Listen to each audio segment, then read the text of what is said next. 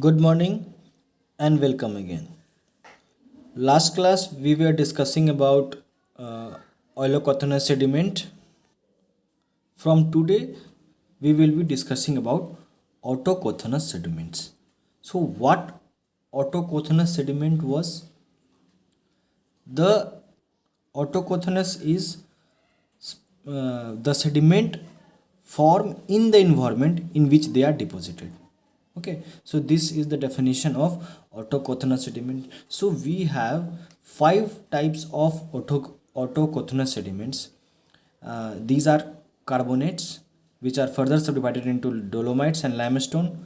The another one is evaporites, which is anhydrite, halite, potash, siliceous, carbonaceous, and sedimentary ironstone and phosphate. We will be discussing about each of them elaborately. So starting with the carbonate. So what carbonate rocks are, how they look like. So carbonates are intrabasinal in origin, means they form they form in the environment in which they are deposited, and this is the definition of autochthonous sediment. So we all know carbonates are highly soluble in water, okay, and they are transported as solute. So therefore they are deposited at the point of their origin, okay. Means these carbonate rocks generally dissolves in water, and they transport as like solute, and therefore they deposited close to their point of origin, okay. So these carbonate rock are mostly organic, okay, they are organic in origin. And discussing about their particle size, they have the huge range of their size. They occur as a whole cell, means here the cell is the cover of the animals, marine animals, okay, to the lime mud size, okay. So there is a huge range in their size. So these sediments generally have a high primary porosity. Okay, these are the features of carbonate rock. They have high primary porosity. Okay, and these carbonate, we all know that they dissolve very easily. Therefore, they are chemically unstable. Okay, so so what they have high porosity, they have high permeability, and they have high chemical instability. So these three make the diagenesis of carbonate rock more complex as of others, okay. So there are due to because of permeability, high permeability and porosity, the fluids present, okay, they can migrate very easily. So this creates a problem in locating aquifer or and hydrocarbon reservoir which are associated with them, okay. If we found if we suppose we have a carbonate rock, so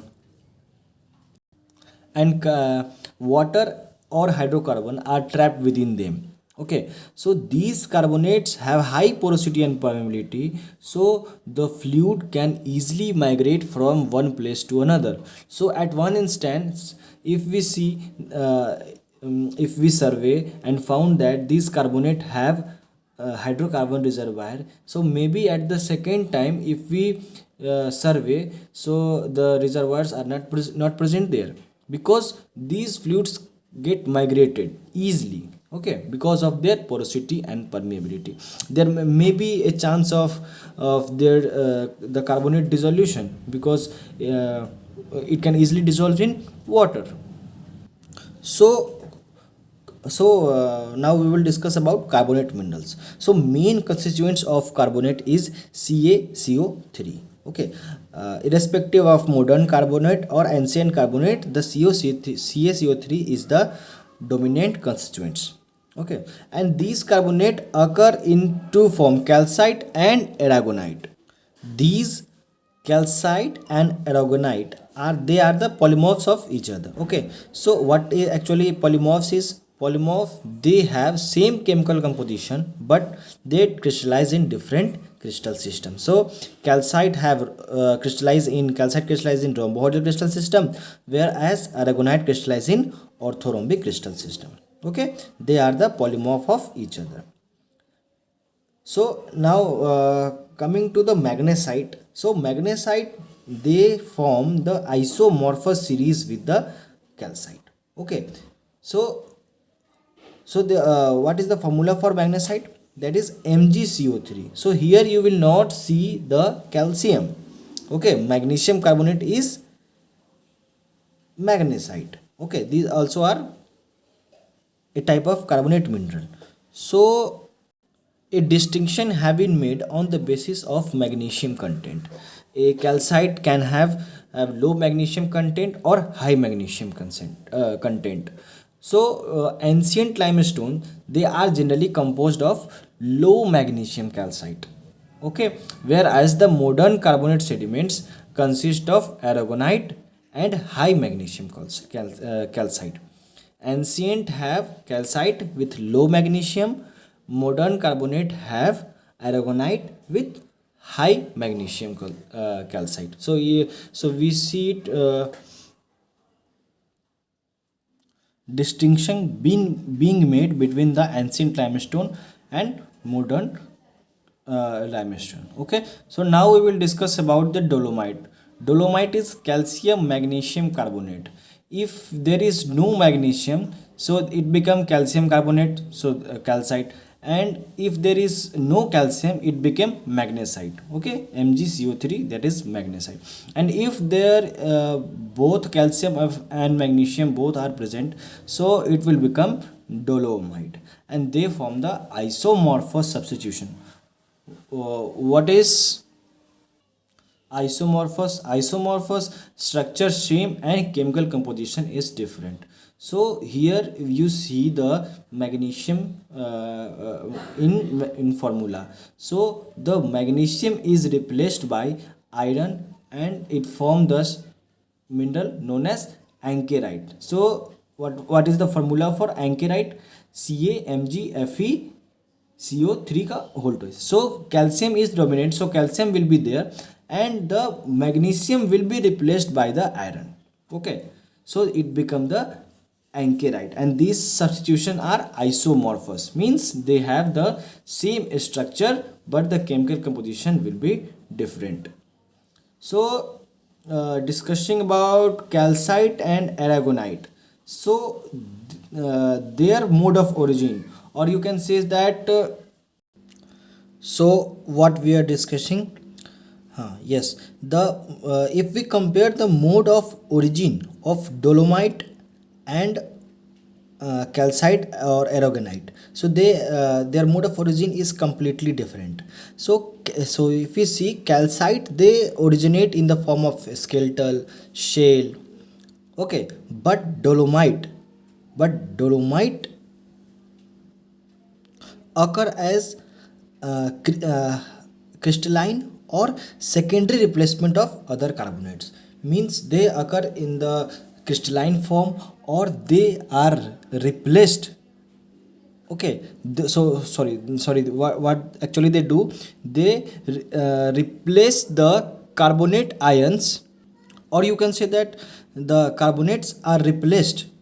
Okay, so carbonates are replaced to form the dolomite. Okay, they also occur as penny-contemporaneous replacement mineral in cryptocrystalline form. Okay, so the origin of dolomite is quite complex, and we will be discussing in after few sections. Okay, now now come to the siderite. Siderite is iron carbonate. Okay, so these are the rarer carbon, they generally don't occur in the nature, so they are rare and they occur in association with the oolites.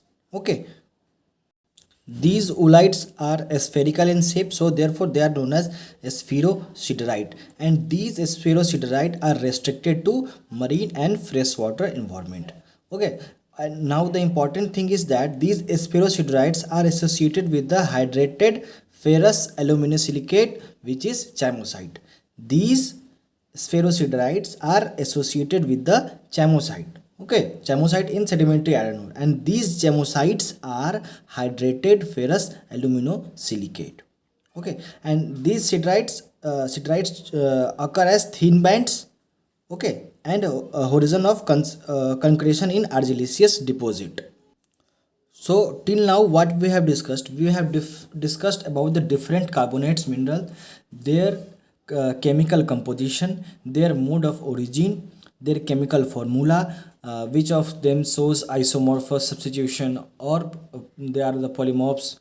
Okay, in which condition the calcite aragonite occurs, what does the ancient or modern how does the ancient and modern carbonate can be differentiated. Okay, so these are the main things here, and especially about chamosite. What is chamosite? Chamosite is hydrated ferrous aluminosilicate. Okay, so these are the few natural occurring carbonate rocks. Okay, and their mode of formation, their origin, we have discussed shortly. Now what about a carbonate rock? So if we compare with the sandstone, okay, which is allocothonous, we compare the sandstone with the carbonate. So sandstone have four main components, that is grain, matrix, cements, and pore. Similarly, carbonate too have the same four components. Okay, they also are made up of grains, matrix, cements, and pores. Okay, so what could be the grains in sedimentary rock, sorry, or in sandstone? What we see that grains generally they are the fragments of rock itself. Okay, these are the rock fragments that occur as grains. And in matrix we see different types of clay minerals. Okay, what could be other, it could be the fine particles of that rock fragment itself. And for cement we have carbonate, cement, calcareous, okay, ferruginous. There can be many things, and the other one is pores. So what we are going to do is to discuss about the grains of the carbonate. What could be the grains in the carbonate rock? So we have detrital grains, skeletal grains, paleoids, lumps, and coated grains. These five could be the grains, could act as grains in the carbonate rock. So first of all we will discuss about the detrital grains. So it is, you can see that they are divided into two groups, detrital grains. They are lithoclast and intraclast. So lithoclast, you see the name itself clarifies that they are the fragments of the rock itself. So in carbonate rock you could also see the fragment of the rock. And now the next one is intraclast. Intraclast is the fragment of the carbonate rock. Okay, lithoclast is the fragment of rock fragment. Okay, any rock fragment other than carbonaceous rock. So the next one is intraclast. The intraclast are the fragments of carbonate rock itself. Okay, now the next one is skeletal grains. Okay, so here the skeletal of the marine organism or their shell, the fragments of their shell act as a grain, and they are also termed as bioclast. And these shell or skeleton are generally made up of calcite and aragonite, which contain some amount of trace element. Okay, and thus skeleton, their size, their range in size are quite huge. It could be the acicular aragonite crystal of Lamprey branch. Okay, these are very small aragonite plate. Okay, and the other one is single calcite plate of Echinodermata. Okay, echinoids have a large calcite plate, so they can also occur as skeleton grains in the formation of the carbonate rock. Okay, now we will discuss about the paleoids.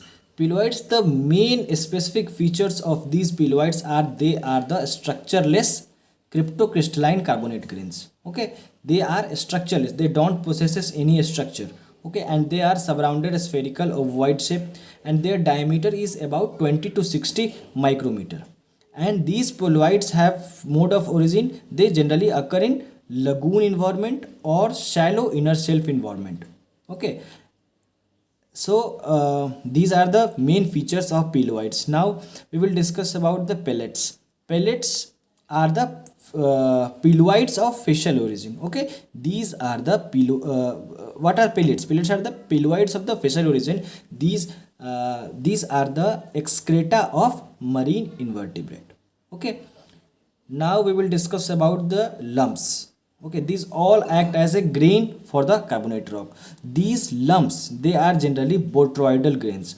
Okay, so if suppose you have a bunch of grapes and you consolidate it, the undulation you see on the surface, which is that is the shape of the actual botryoidal shape. This is known as botryoidal. If you can google it and you can see, okay, how botryoidal how is the botryoidal shape. Okay, so these are the lumps. So these are the composite grains or grape stones. Okay, so peloids are generally rounded spherical shape. Okay, so these peloids when get compact or consolidate it, so it looks like a botryoidal shape. Okay, so these are lumps. Okay, now the very important one is the coated grains. Okay, these grains are generally concentric or radial in nature. Okay, their mode of formation is concentric or radial in nature, and in that coated grains we will discuss about voids. So these voids have the shape of 0.5 to 1 micrometer, so they are very small. Okay, and they are concentric in shape, and they generally divide of other types of grains. Okay, so then so they are made up of only carbonate. There is no any other types of grain, and they occur as concentric. So there must be a nucleus, so the nucleus will be of quartz grain or that cell fragment itself. Okay, so there must be a nucleus along which the concentric growth will took place. So nucleus will be a quartz grain or the fragment of its carbonate cell itself. Okay, now we compare the voids, the modern voids and the ancient voids. Okay, the modern voids are generally concentric layer. Okay, they generally composed of concentric layer of tangentially arranged aragonite. Okay, they are the concentric layer of carbonate with tangentially arranged aragonite. So these are the features of modern voids. Remember that. Okay, this is very important, that they are concentric layer of carbonate along with there is a tangential arrangement of aragonite. So these modern oolites occur in high energy environment such as sandbanks and tidal delta. So here only you could see such type of features. And now if we compare it with the ancient voids. Okay, so ancient voids will also have no any other component except carbonate. Okay, they devoid of matrix, they are well sorted and shows cross bedding. Okay, so they also form in high energy environment. Okay, the special thing is that they tend to form occur where cool dilute seawater mixes with the warm concentrated water.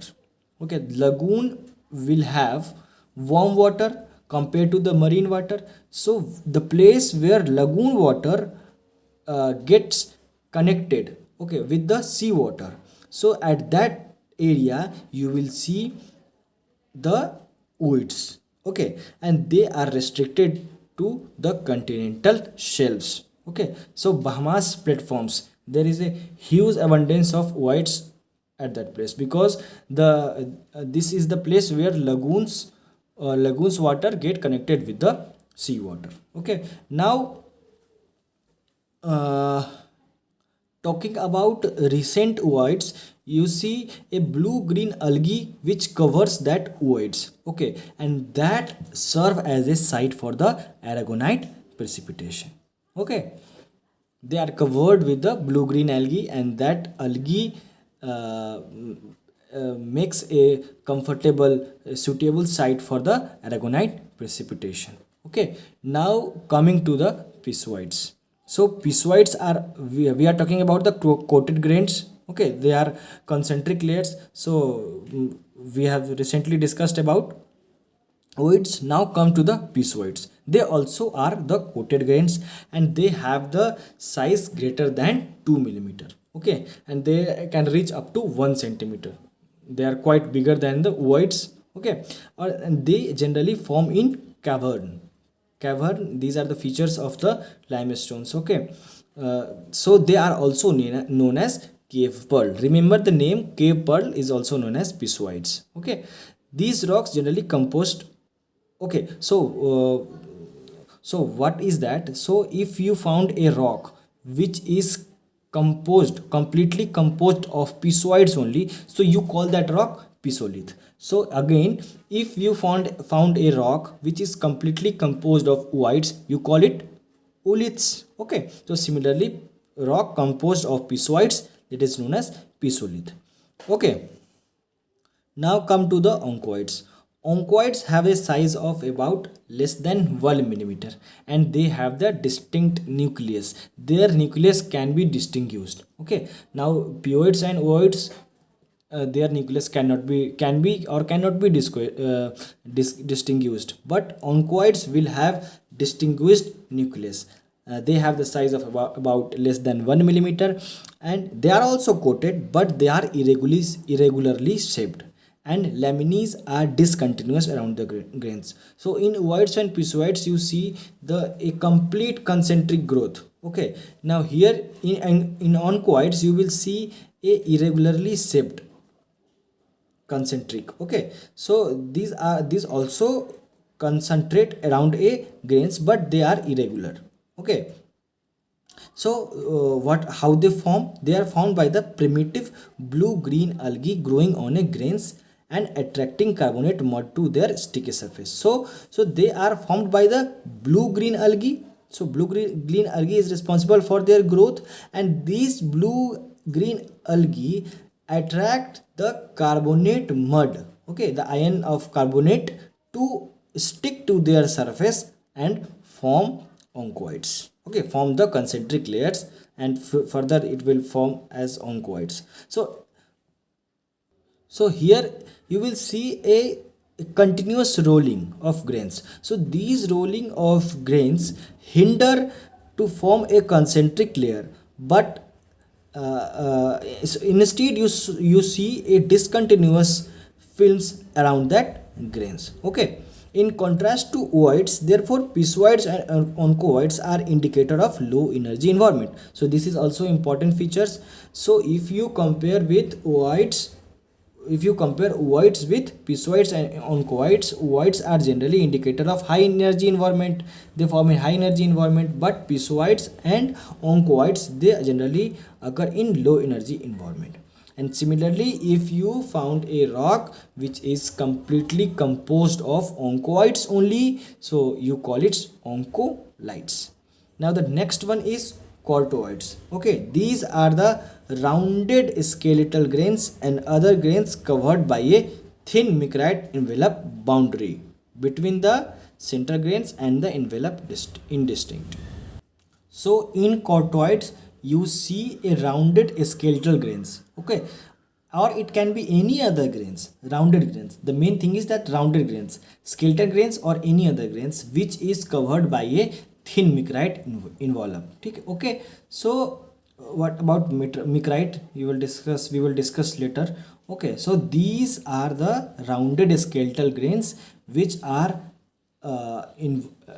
which are enveloped by the micrite. Okay, and they have the size of about few centimeters. Okay, they are actually bigger in size. So main thing is that here you will you need to learn their size, their mode of formation. Okay, these are the main things they are asking in exams only.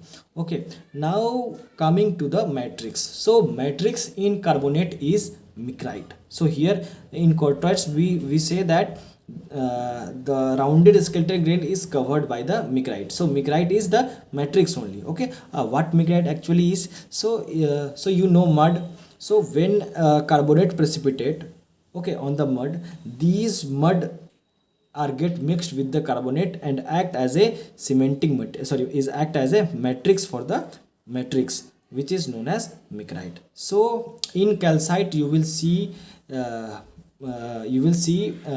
matrix as micrite. Okay, and these micrite have a very small size, which is about 0.03 to 0.04 millimeter.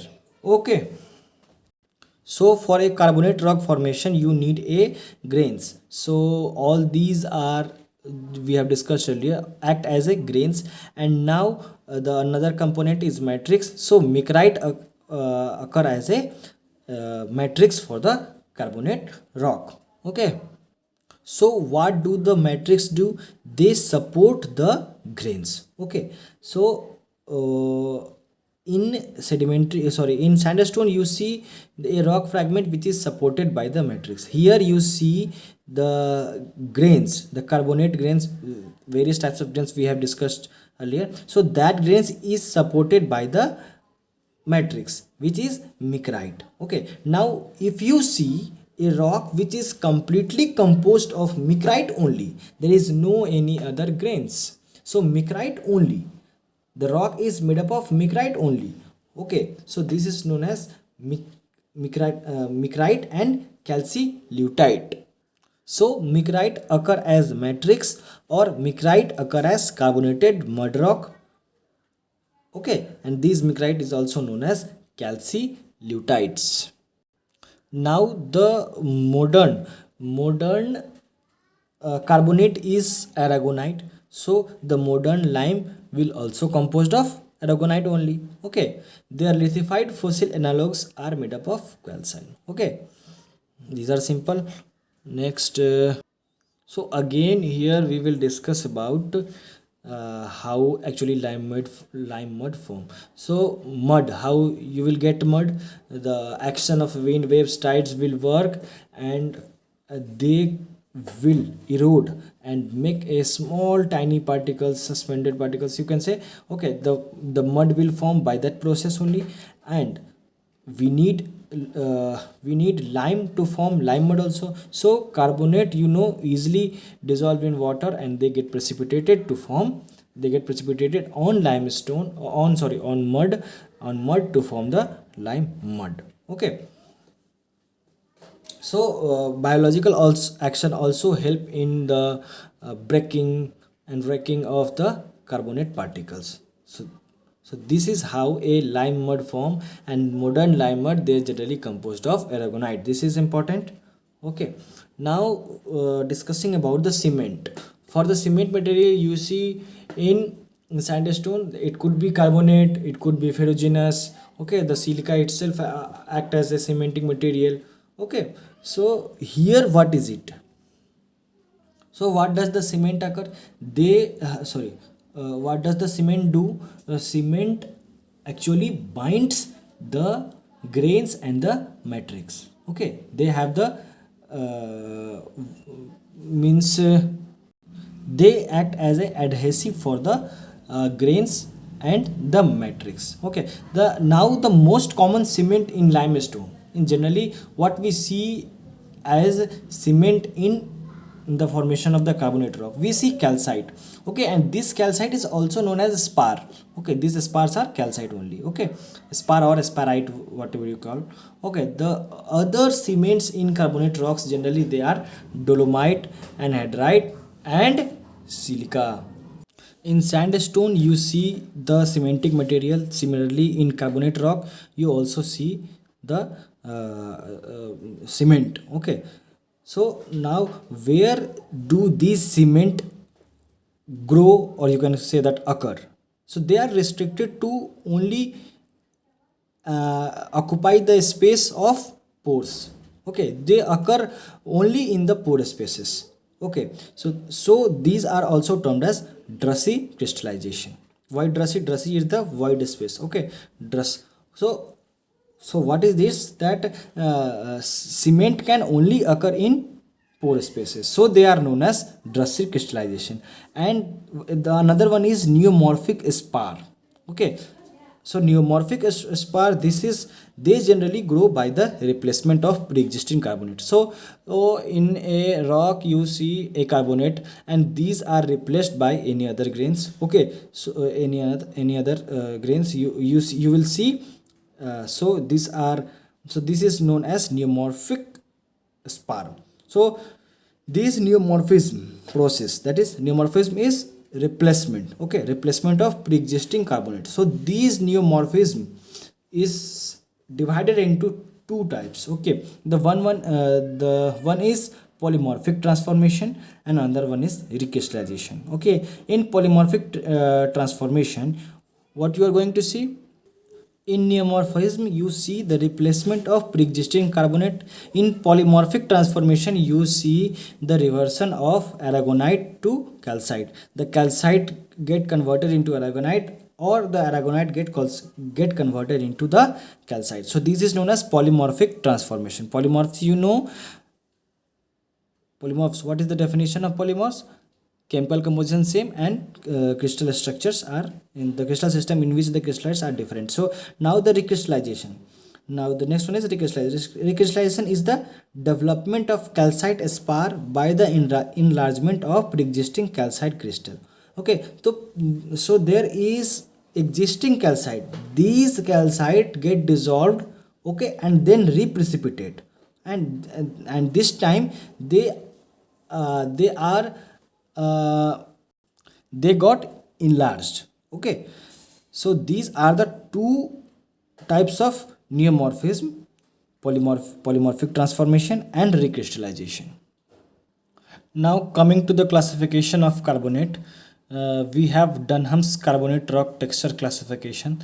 So try to understand it. So we have depositional texture recognizable.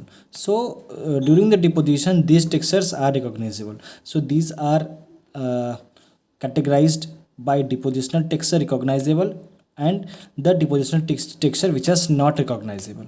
So here in recognizable section you have two components not bound together during deposition. So the what are the components of the carbonate rock?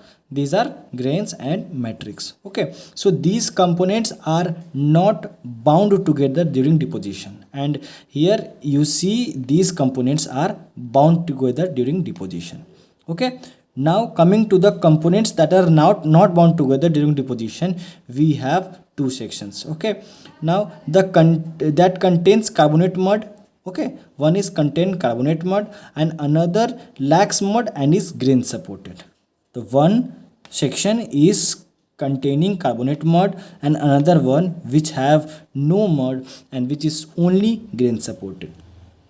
And now the carbonate mud, the section which contain carbonate mud, divided into two groups, but the one is mud supported and another one is grain supported. Now see mud stone. Now you see mud stone. So this so see the cursor here. Okay, now the mud stone, this name clarifies that they are only composed of mud only, that is why they have the mud stone. Okay, so there is less than 10% grains. The grains are very less, therefore the rock form is known as mudstone. Okay, now you see a rock. So this rock is mudstone, that is only composed of mud only. So these are mudstone.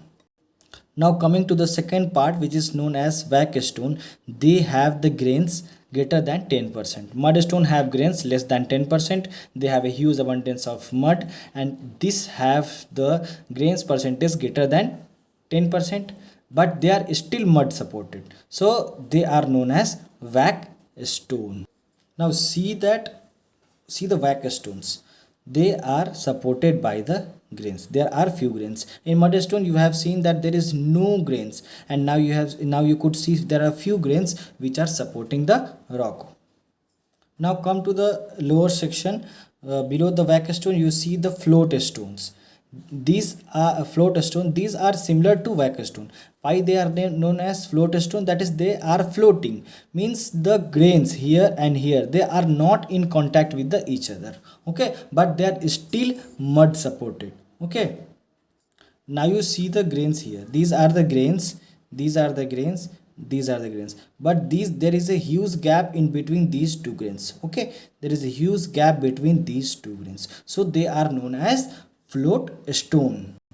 Now come to the section of grain supported. Okay, these two have mud supported. Mud stone, whack stone, float stone, they all are mud supported. Now come to the section of grain supported. Here you will see the pack stone. Okay, the pack stone. You see what name itself clarify that they are grain supported, means they are still mud. They contain mud. There is still mud. See, this occur in this area only. Okay, but there is a abundance of grains, but there is very small amount of clay occurring in it. Okay, so these are known as pack stone. Now see the section. Here you see there are large abundance of grains. There are huge abundance of grains, but very few area between these two grains you see the mud. The abundance of mud is quite less. Now come to the next section, which is grain stone. Here there is lack mud, means there is no mud at all. Okay, here there are, in grain stone you see a small quantity of mud, but in grain stone you only see grain. There is no mud at all. Okay, so now you see these all are individual grains and there is pore spaces between them, but there is no clay minerals existing in between them.